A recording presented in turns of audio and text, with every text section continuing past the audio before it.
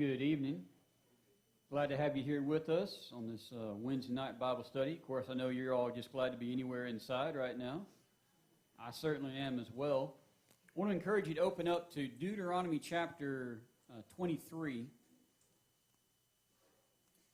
Deuteronomy chapter 23 and on into chapter 25, we're really approaching sort of the last of the law or the last of the commandments as presented by Moses to the children of Israel. There will still be a fair amount to say, but we're getting very close to sort of concluding the laws that God was going to give to the children of Israel. And in these two and a half chapters, we've got a number of sort of miscellaneous laws regarding a number of diverse topics, all kind of blended together. And as Dr. Clyde Wood suggests, this serves to emphasize the interweaving of worship and ritual with everyday life, history, and purpose, with national practice in the revealed way of Israel. Remember, for Israel, the law was everything. It directed and guided every aspect of their lives. And so we'll start here, verses 19 and 20. God's law had something to say about interest and loans. Thou shalt not lend upon interest to thy brother, interest of money, interest of victuals, interest of anything that is lent upon interest. Upon a foreigner thou mayest lend upon interest, but unto thy brother thou shalt not lend upon interest, that Jehovah thy God may bless thee in all that thou puttest thy hand unto, in the land whither thou goest in to possess it. Here the point is that laws of any sort were not to be made to the children of Israel, not at interest, though interest could be charged of foreigners. Now, I do want you to maybe to fully appreciate this, the point here, we have to make a distinction between our borrowing money and the borrowing of money or the borrowing of anything else 3,500 years ago. Today, typically, when we go to borrow money, under most circumstances, why are we borrowing money? We want to buy something. Usually we want to buy something very large. And so I would say typically we are borrowing from a position of privilege.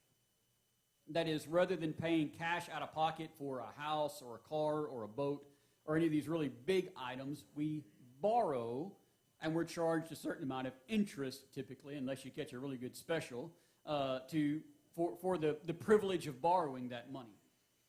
But typically, the loans that are being discussed here are loans not of that privilege of wanting something extra. They're loans of survival. That is why, typically speaking, in the time of Moses, if somebody was going to borrow money, why would you borrow money? Or even more to the point, notice it's not just money that Moses talks about borrowing here. It is victuals, which means what?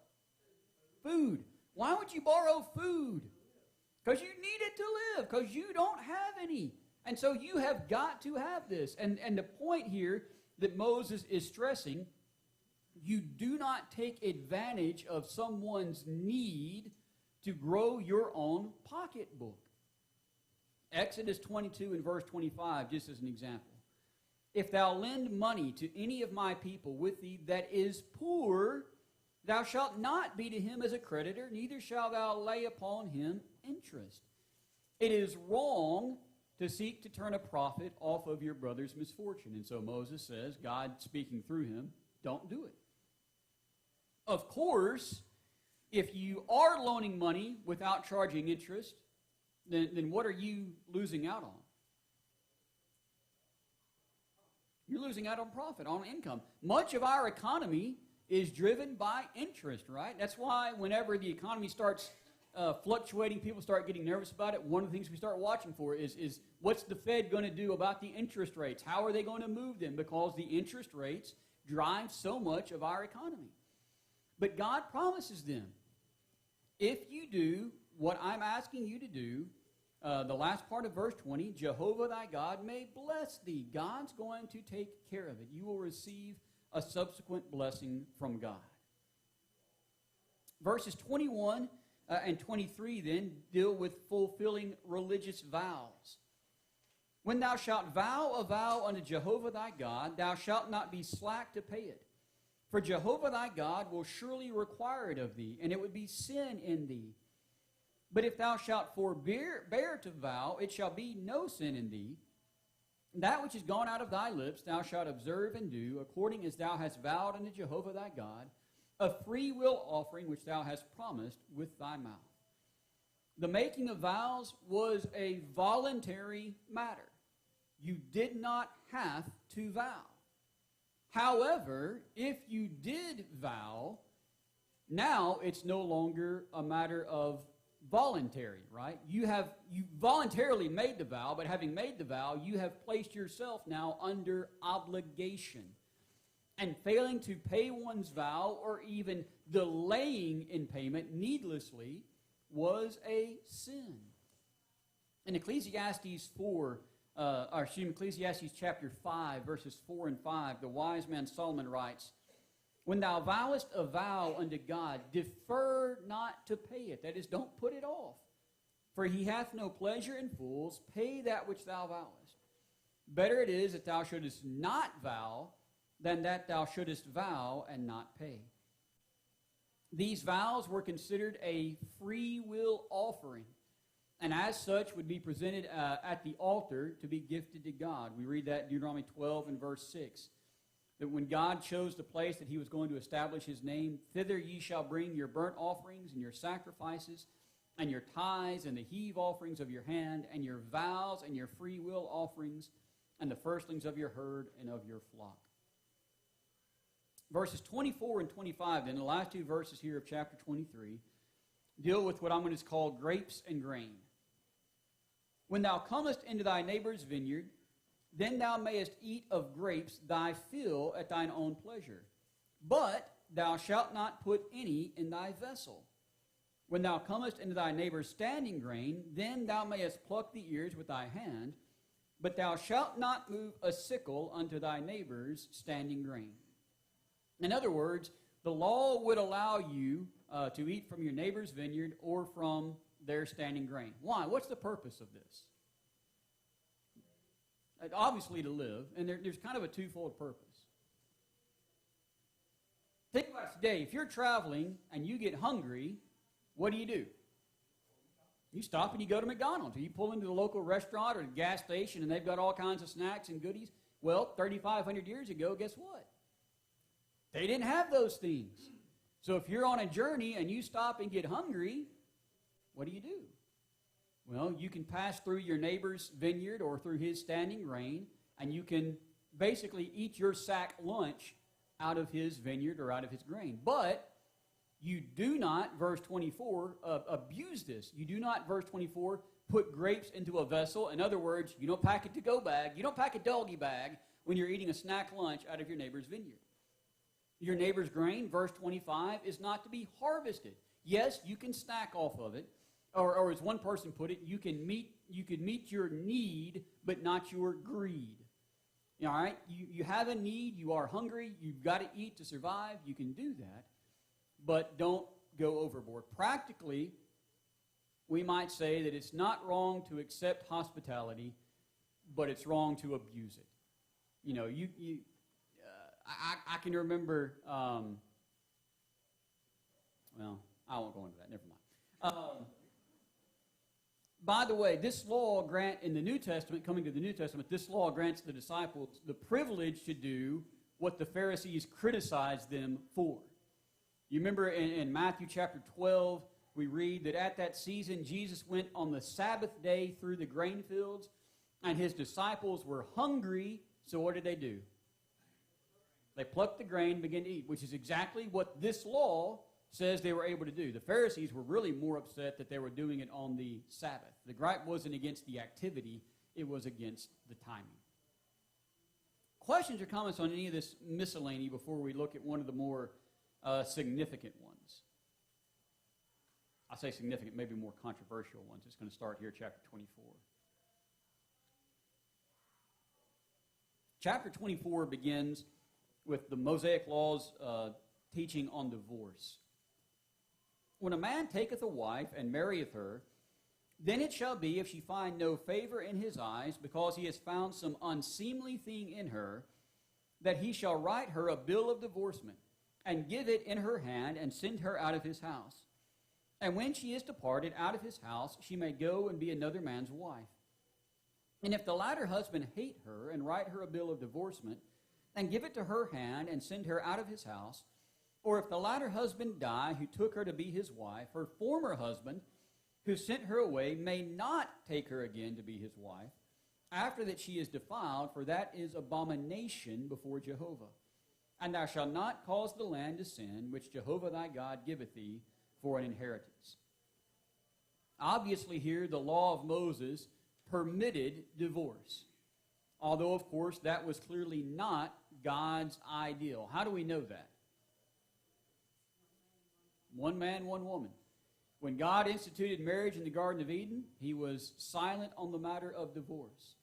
When Jesus discussed this very passage in Matthew chapter 19, he said that this was a permission granted because of your hardness of heart, verse 8, and not because of God's plan or God's design.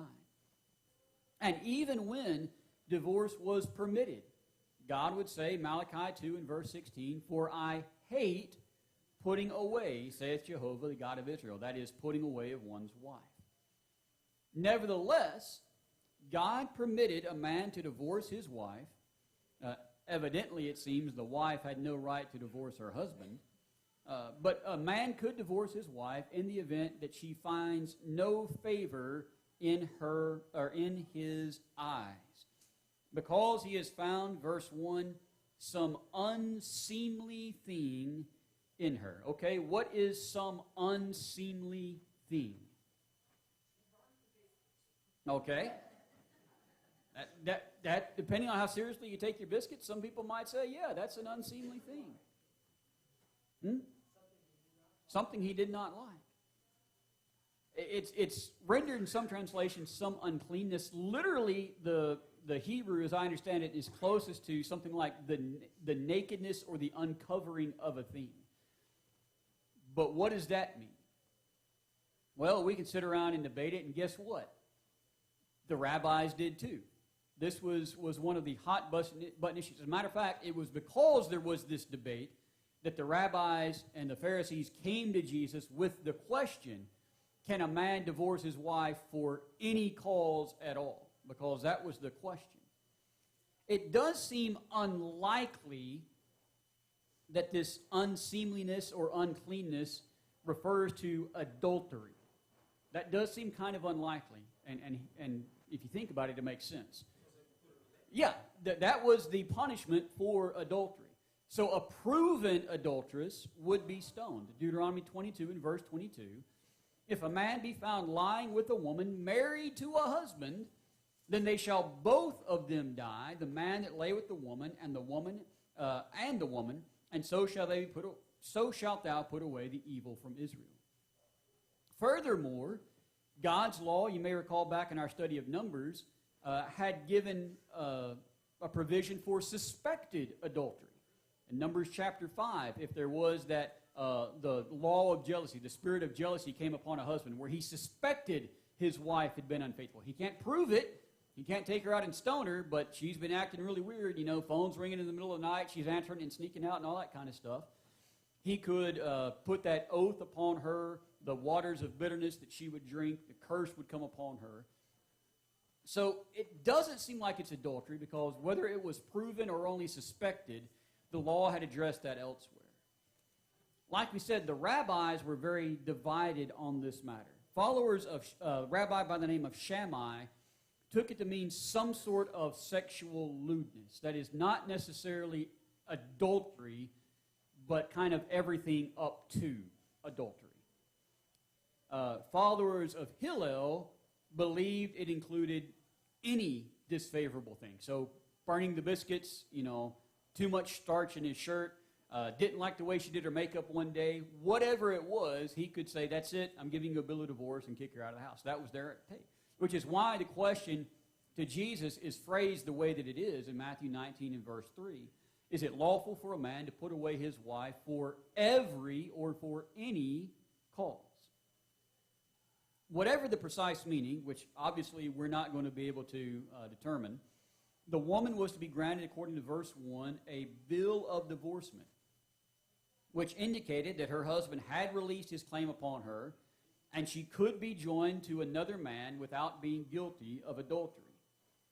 However, after marrying another man, verse 4 tells us she could not be joined again to her original husband. That is, she can't get a second divorce and go back to husband number one. That would be considered defilement, which in the context here, I believe, is the idea of adultery. Leviticus 18 and verse 20, we read, "Thou shalt not lie carnally with thy neighbor's wife to defile thyself with her." So in the context, when Moses says here that this would be defilement, it seems like he's saying that would be a charge of adultery. It would also be described as an abomination before Jehovah, verse 4, and one that would bring guilt upon the land.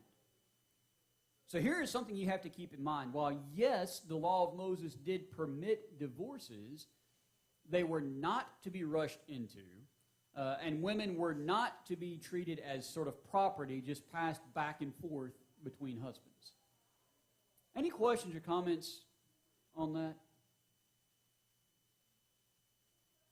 All right, verse 5, we've already alluded to once a few weeks ago. "When a man taketh a new wife, he shall not go out in the host," that is, with the army, "neither shall he be charged with any business. He shall be free at home 1 year, and shall cheer his wife whom he hath taken." So he cannot be requisitioned for military service or public service for a whole year. The basic reason being, any able-bodied man could take his place in the army, but only he can fulfill his duties at home. He's got a new wife. They're trying to make a home. They're trying to get to know one another, get used to one another. So he was granted a year to do that. Verse 6 then deals with unlawful pledges. "No man shall take the mill or the upper millstone to pledge, for he hath taken a man's life to pledge." And the context here, what is a pledge? It's a promise. That's part of it. There's another word we would use for it very regularly. Oath. You go into the bank and you want to borrow, a substantial sum of money, maybe to buy a house or to start up a business. One of the questions they're going to ask you is, "Well, do you have any collateral?" What is that collateral? In general, whatever the collateral itself may be, what is it? Something you own that if you default on the loan, they can take it. That's your pledge. If you want to keep, say you put up another piece of property to secure this loan to start your business, you want that piece of property back. So that's your pledge saying, "I will fulfill to pay my loan." It's the same way it's used. Back in Genesis 38, you got that awkward situation between Judah and Tamar, his daughter-in-law, where he thinks that she is a prostitute. And so she asked him, "What wilt thou give me that thou mayest come in?" Genesis 38, verse 16. Verse 17, he said, "I will send thee a kid of the goats from the flock." And she said, "Wilt thou give me a pledge till thou send it?" Will you give me some collateral, something I can hold on to until you pay this debt? So that's the idea here. You loan, you're making a loan to somebody. You're wanting to secure that loan with some sort of collateral, with a pledge. But here we are told you cannot take the millstone, neither part of the millstone. The mill, which would be the lower stone, or the upper millstone, which would be the smaller mobile part. Why? Obviously, you take either part, it's not going to work. And how often in that day and age did you need to use your mill? Every day, because you can't just run down to the grocery store and buy a loaf of bread. You're making your bread every day. And so to take either part of that was to, as the text says here, take a man's life to pledge. So don't take something that was required for sustaining life. Verse 7 is a very interesting verse, I think, given the way a lot of people misconstrue and mistreat the Bible. "If a man be found stealing any of his brethren of the children of Israel, and he deal with him as a slave or sell him, then that thief shall die. So shalt thou put away the evil from the midst of thee." Yes, it is true, slavery was practiced in Israel. but the way in which slaves were procured was very limited.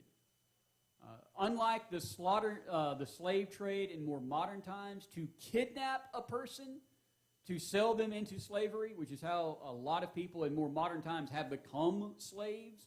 It was not a voluntary thing on their part at all. That in Israel was a capital crime. Thou shalt put him to death. That thief shall die. Thou shalt put away the evil from the midst of thee. Verses 8 and 9 deal with leprosy. Take heed in the plague of leprosy that thou observe diligently, and do according to all that the priests, the Levites, shall teach you. As I commanded them, so ye shall observe to do. Remember what Jehovah thy God did unto Miriam by the way as ye came forth out of Egypt. The full law for the outbreak of leprosy, whether in person, in house, or in a garment, is covered in Leviticus 13 and 14. And Moses' point here is that all of those laws should be carefully followed. Whatever the instruction the Levites, the priests, give to you, you want to do exactly what they say to minimize the impact of that outbreak and to minimize also the inconvenience of containing that outbreak. He mentions then, remember what Jehovah thy God did unto Miriam. Back in Numbers chapter 12, Miriam was struck with leprosy because of essentially her sort of insubordination towards Moses directly and indirectly, therefore, towards God. The result was that the entire congregation of Israel was held up for 7 days while she was unclean from this leprosy. So the point was, learn from that lesson and get on top of it right from the very beginning. Verses 10 through 13 build off of what we saw in verse 6 about the collecting of a millstone as a pledge. When thou dost loan thy neighbor any matter of a loan, thou shalt not go into his house to fetch his pledge. Why?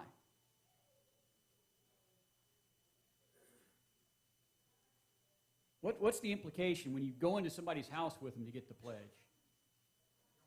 You don't trust them. It's demeaning. Look, I'm going to make sure I get this collateral, and you're going to go get whatever. I'm going to follow right in behind you and make sure I've got it. That's demeaning to them. Furthermore, so verse 11, thou shalt stand without, and the man to whom thou dost lend shall bring forth the pledge without unto thee. Further, verse 12, if he be a poor man, thou shalt not sleep with his pledge. Thou shalt surely restore to him the pledge when the sun goeth down, that he may sleep in his garment, and bless thee, and it shall be righteousness unto thee before Jehovah thy God. If you make a loan to a poor person, what are they going to have to offer you as a pledge? Well, basically, they're going to have the shirt on their back, is the idea here. And it's referring to that outer garment, which also at night would typically double as a blanket. And so Moses' point here is don't hold it overnight, because you're keeping back the only thing they've got to sleep in. Treat the poor with dignity. Treat them with compassion. They will bless you, and God will bless you. It seems to be more of a symbolic thing, and it may also be kind of the idea, have you ever had that situation where, people have their pride, right? And for a lot of times, a person who has nothing else still has their pride. And so it might be a bigger insult to them if you didn't accept the pledge at all.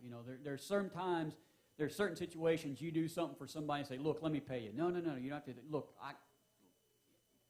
you understand you may be doing more harm to them. You may be rendering a bigger insult if you don't take some sort of payment back from them. And I think that may be the idea there. That's a good question, though. Verses 14 and 15 further deal with that sort of treatment of the poor and the needy, and has to do with the prompt payment of wages. Thou shalt not oppress a hired servant, which in the context here refers to withholding or delaying your payments to them. Thou shalt not oppress a hired servant that is poor and needy, whether he be one of thy brethren or of thy sojourners that are in the land within the gate. So it doesn't matter if he's a native Israelite or not. In his day thou shalt give him his hire, neither shall the sun go down upon it, for he is poor and setteth his heart upon it, lest he cry against thee, Jehovah, and it be sin unto thee. The reason here that you're not supposed to hold back that payment or delay it is what? He is poor, verse 15. He has set his heart upon it, meaning what? He needs it. He is living hand to mouth, paycheck to paycheck.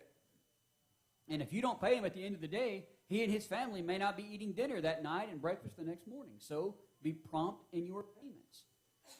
The overarching point is, and if we were to make application today, God takes note of the way employees are treated. So we read, for example, Proverbs 22, verses 22 and 23. Rob not the poor because he is poor, neither oppress the afflicted in the gate.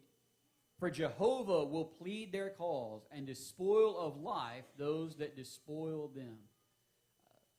If you're ever in a situation that you've got somebody working for you, whether it's you or run a company and you have employees under you, or you've just hired somebody to do a job, you treat them as well as you possibly can. You be fair and decent towards them, and you pay them what you promised when you promised. Otherwise, God takes note of it. Verse 16 then is a restriction of capital punishment. The effects and the consequences of sin can be far-reaching. We do know that is the case. For example, God said in Deuteronomy 5 and verse 9, Thou shalt not bow down thyself unto them, that is, unto idols, nor serve them. For I, Jehovah thy God, am a jealous God, visiting the iniquity of the fathers upon the children, and upon the third and upon the fourth generation of them that hate me. The consequences of sin can reach beyond the perpetrators to their children and even their children's children. The younger children that Moses is rendering this covenant to, that he's speaking here today, they spent 40 years wandering in the wilderness, or were born in the wilderness. Why? Because of what their parents had done. Now, they're not held accountable for what their parents have done. They're not guilty before God for what their parents have done, but they're feeling the consequences of what their parents have done. But differently, notice what we have here in verse 16. The fathers shall not be put to death for the children, neither shall the children be put to death for the fathers. Every man shall be put to death for his own sin. So in other words, the execution of capital punishment was to be limited to those who were actually guilty of the crime. And that's significant because that wasn't always the case in ancient societies. It's not always the case in modern societies. You live in a totalitarian government a lot of times, and you do something that the dictator or the ruler doesn't like, what's he going to do? He's going to kill you. He's going to kill your family. He's going to kill your neighbors. He's going to kill anybody you've ever talked to. They're going to go on and on and down the line. Remember, for example, the account of Daniel in the lion's den in Daniel chapter 6. Daniel, of course, is spared. But afterwards, those men that had made the accusation against Daniel, they're thrown in the lion's den, according to Daniel 6 and verse 24. But who else is also thrown in? Their children and their wives. All of them are being executed because of what these men did. God says, you're not going to do that. You're not going to follow these other laws and these other nations in that unjust punishment of the innocent. That is, however, perfectly consistent with the absolute justice of God. Ezekiel 18 and verse 20, The soul that sinneth, it shall die. The son shall not bear the iniquity of the father, neither shall the father bear the iniquity of the son. The righteousness of the righteous shall be upon him, and the wickedness of the wicked shall be upon him. Now, so there is a practical, there is a secular legal aspect to that, in that you don't put to death the kid for what the dad did. But there's also a spiritual, theological point to that, right? Because according to the concept, the false doctrine of original sin, what is our status when we're born into this world? Depraved. We are lost before God. We are worthy. We are deserving. We are destined for death, spiritually speaking. Why? Not because of what we did, but because of what our ancestors, great, put in a bunch of greats, grandfather and Adam did. That's completely inconsistent with the God I read about in the Bible. Verses 17 and 18 deal with abuse of the marginalized. Thou shalt not wrest the justice due to the sojourner or to the fatherless, nor take the widow's raiment to pledge. But thou shalt remember that thou wast a bondman in Egypt, and Jehovah thy God redeemed thee thence. Therefore I command thee to do these things. Again, the groups that we're talking about here, sojourners, which would be the resident aliens, orphans, widows, they have traditionally been vulnerable to abuse and exploitation. Sojourners might not be familiar with local customs. They might not be availed protection of the law. Orphans and widows often lacked protection of a husband or a father that would be provided in those societies. And so a lot of times people would think to abuse those classes. But God sought to protect them. Isaiah 1 and verse 17, learn to do well, seek justice, relieve the oppressed, judge the fatherless, plead for the widow. And God still seeks to protect them. In the New Testament, what is part of James's description of pure and undefiled religion? To visit the fatherless and the widows in their affliction. Don't just, meaning more than just drop by and have a chat and a cup of tea with them, but to help them out. Do what you can to support them and care for them. Certainly, don't do anything that would abuse them or oppress them. God also gives them a reminder about that in verse 18. Israel knew what it was like to be taken advantage of, because the previous generation, what had they been? They'd been slaves in Egypt. You know what it's like to have the local people not care about your rights and your privileges and to oppress you and get everything they can out of you. So knowing what that's like, one, you should be better.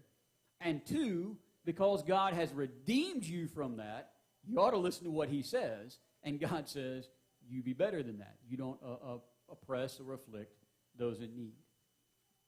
In fact, you share for them and provide for them, which is what we see verses 19 through 22. When thou reapest thy harvest in thy field, and thou forgot a sheaf in the field, thou shalt not go again to fetch it. It shall be for the sojourner, for the fatherless, and for the widow, that Jehovah thy God may bless thee in all the work of thy hands. When thou beatest thine olive tree, thou shalt not go over the boughs again. It shall be for the sojourners, for the fatherless, and for the widow. When thou gatherest the grapes of the vineyard, thou shalt not glean it after thee. It shall be for the sojourner, for the fatherless, and the widow. And thou shalt remember that thou wast a bondman in the land of Egypt. Therefore I command thee to do this thing. So here we see the law making provision for the well-being of the most destitute members of society. Again, the sojourners, the fatherless, the widows. Earlier, back in Leviticus 19, in verse 9, God had forbidden the reaping of the entire field. Don't reap to the very corners. That is, the corners were to be left as provision for these people that were in need. Here he gives three more basic illustrations or applications of the same principle. Verse 19, forgotten sheaves were not to be, don't go back and get them. Leave if you left it, you obviously weren't that concerned about it, leave it for the poor and the needy.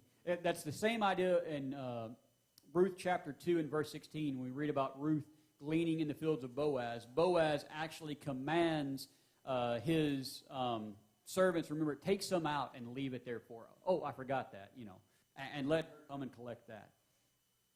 Olive trees were typically harvested by beating the limbs. They'd have a stick and they'd beat the tree and then they'd pick up whatever fell. Moses says you don't do a diligent search and go through and try and collect every last olive off of that tree. Yes, you can beat it and collect whatever falls, but whatever is really stubborn and hangs up there, you leave that for these people that are in need. And the same principle for the grapevines as well. Such of these things would provide a dignified way for the poor and the needy to also, without work, neither let him eat. 2 Thessalonians 3 and verse 10. Yes, God wants us to help those that are in need, but if we can do it in a dignified way that does not demean them and does not incentivize laziness, all the better. Lord willing, we'll pick up next week then in chapter 25. Thank you.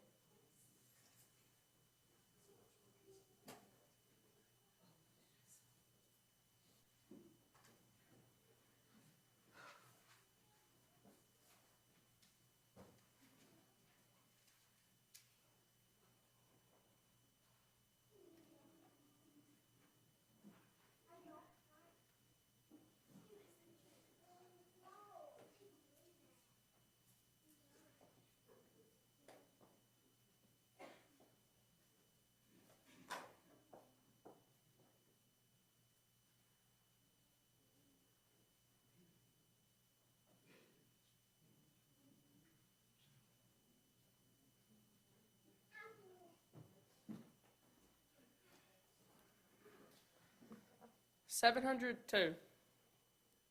702. Trials dark on every hand.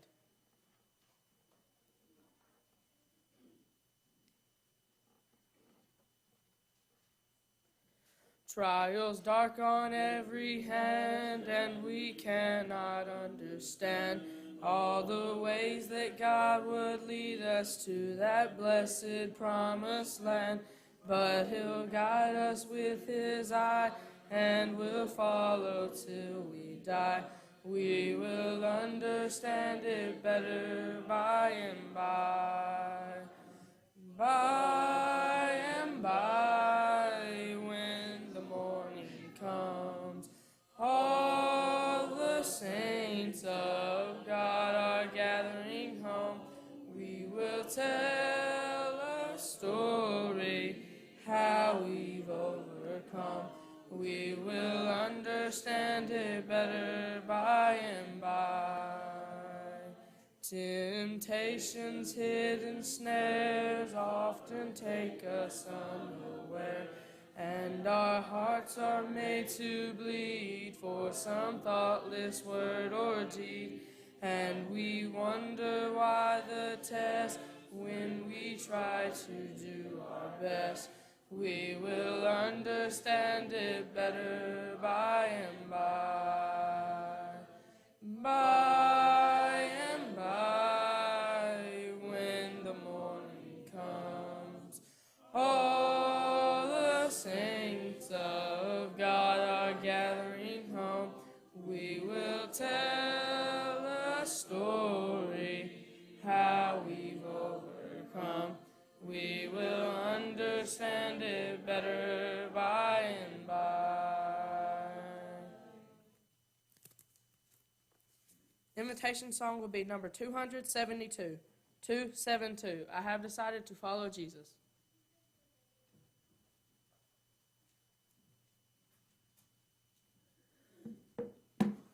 It's about 2,000 years ago when Pilate, perhaps very dejectedly, stood before Jesus and asked, "What is truth?"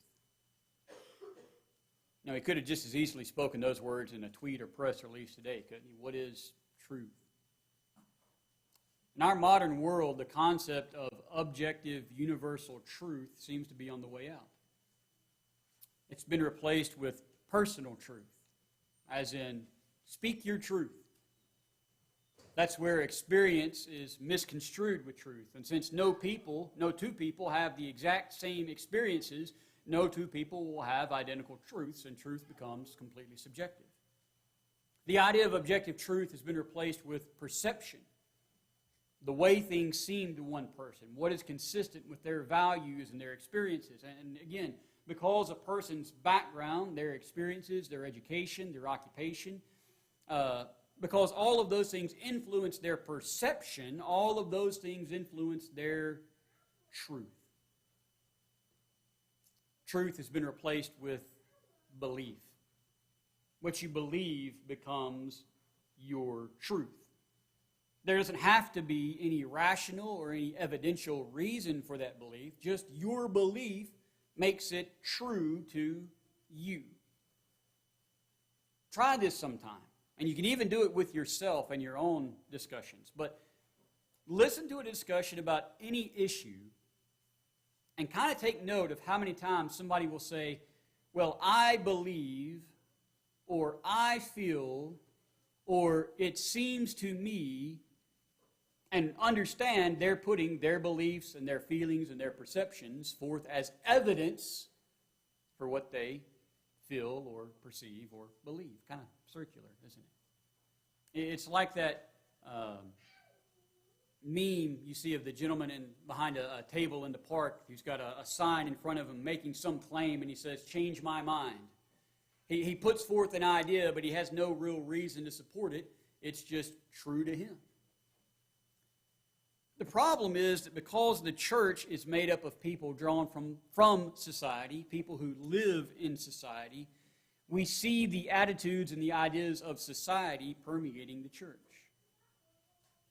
How many times might a Bible class include statements like, Well, what this verse says to me is, the way I read it, and maybe without meaning it, little by little, we've begun to replace God's objective, absolute truth with our perceptions of that truth. I want you to consider briefly just a few relevant Bible passages. Proverbs 14 and verse 12. There is a way which seemeth right unto a man, but the end thereof are the ways of death. In other words, his beliefs and his perceptions don't determine reality, and may in fact be leading him to death.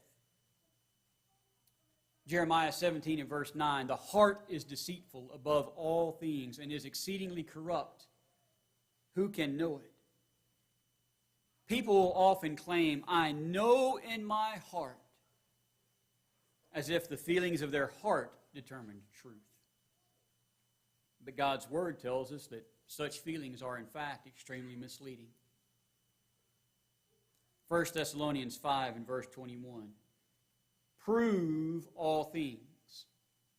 Hold fast that which is good. Don't just accept a claim because it is consistent with your heart, because it's consistent with your beliefs or your perceptions. Test it. Examine it. Consider the evidence for and against it. Weigh it against what is known to be true. And only accept and only hold on to that which passes the test. John 17 and verse 17. Sanctify them in the truth. Thy word is truth. Truth isn't revealed by what I have lived, what I've liked, or what makes sense or is pleasant to me. It is revealed by the Word of God. In John 12 and verse 48, he that rejecteth me and receiveth not my sayings hath one that judgeth him. The word that I spake, the same shall judge him in the last day. When I stand before Christ, I won't be judged by how consistently I've lived my life with my perceptions or my beliefs. I'll be judged by how consistently I've lived according to Christ's teachings. So, I don't want to ground my life in my perceptions or my experiences. I want to ground my life in the Word of God, to have scriptural reasons for what I believe and what I do. And I don't want to persuade people to my opinions or my beliefs. I want to persuade them to the teachings of God. And I want to be sure it's the Word of God which I've obeyed, and not the teachings or reasonings of others. So I ask you to consider this evening, what is it you have obeyed or are obeying? Have you obeyed the gospel call to be baptized into Jesus Christ for the forgiveness of sins? Or do you need to do that you might be washed clean of all your unrighteousness before God? Are you continuing to obey the Word of God, or have you stumbled somewhere along the way and you need to come back to Him this evening? We offer you at this time our Lord's invitation. If you need to respond, please come as we stand and as we sing. I have decided to follow Jesus. I have decided to follow Jesus. I have decided to follow Jesus. No turning back, no turning back. Though none go with me, I still will follow. Though none go with me, I still will follow. Though none go with me, I still will follow. No turning back, no turning back. My My cross I'll carry till I see Jesus. My cross I'll carry till I see Jesus. My cross I'll carry till I see Jesus. No turning back, I'll follow him.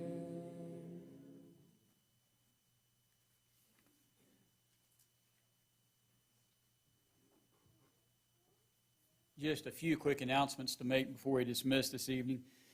Sister Delta Willis is going to have an appointment with the cardiologist, I believe, on Friday.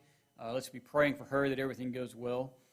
Received a thank you message and also a really, really precious video from the family of Luke Johnson today. They were very appreciative of all the donations, the support, the cards, the love that the congregation has shown them. Let's be continuing to keep them in our prayers. Luke meets with the surgeon, my understanding is next week. Hopefully will be released from that surgery. If that is the case, they can go forward with the eye surgery he's going to need, hopefully at the end of this month. If not, that may have to be put off until fall break. So let's continue to be praying for little Luke and all of his family. And then also a suggestion was made, and I think it's a very good one. Let's be praying for rain. I know the farmers in the area could certainly use it, and I think everybody would appreciate the cooler temperatures that would come with it. So let's be praying for that as well. Lastly, just remind you, our singing is coming up July 15th. That's next week. So we look forward to having you here with us for that. Also remind you there will be a need for refreshments as part of the singing. Drinks will be provided, but we are looking for some food, some goodies. Finger foods always work best for that. So if you can, please be bringing those. And then a couple of weeks after that, we're planning a question and answer session for Sunday, July 31st, that evening, but we'll need some questions. So if you've got some Bible questions, something you've been wondering about for a while, or something that's come up in Bible class maybe, or you're on study and you'd like to ask about, please be getting those to me, and we'll look forward to having that service Sunday evening, July 31st. Any other announcements that we need to make at this time?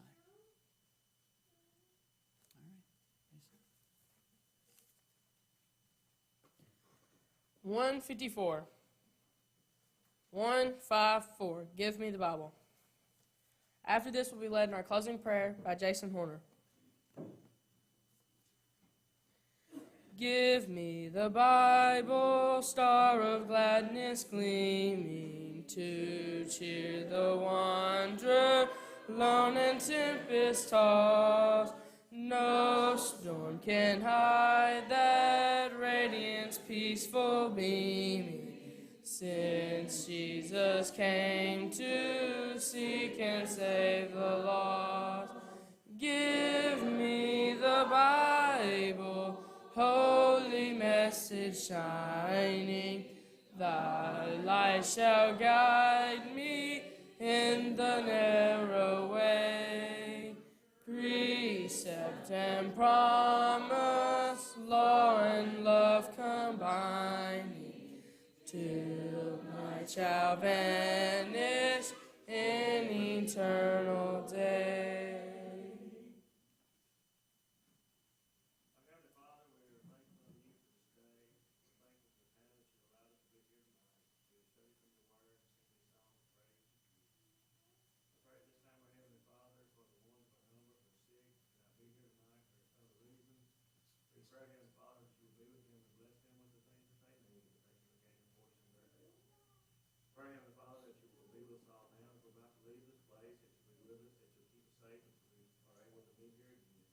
Pray that you'll continue to bless us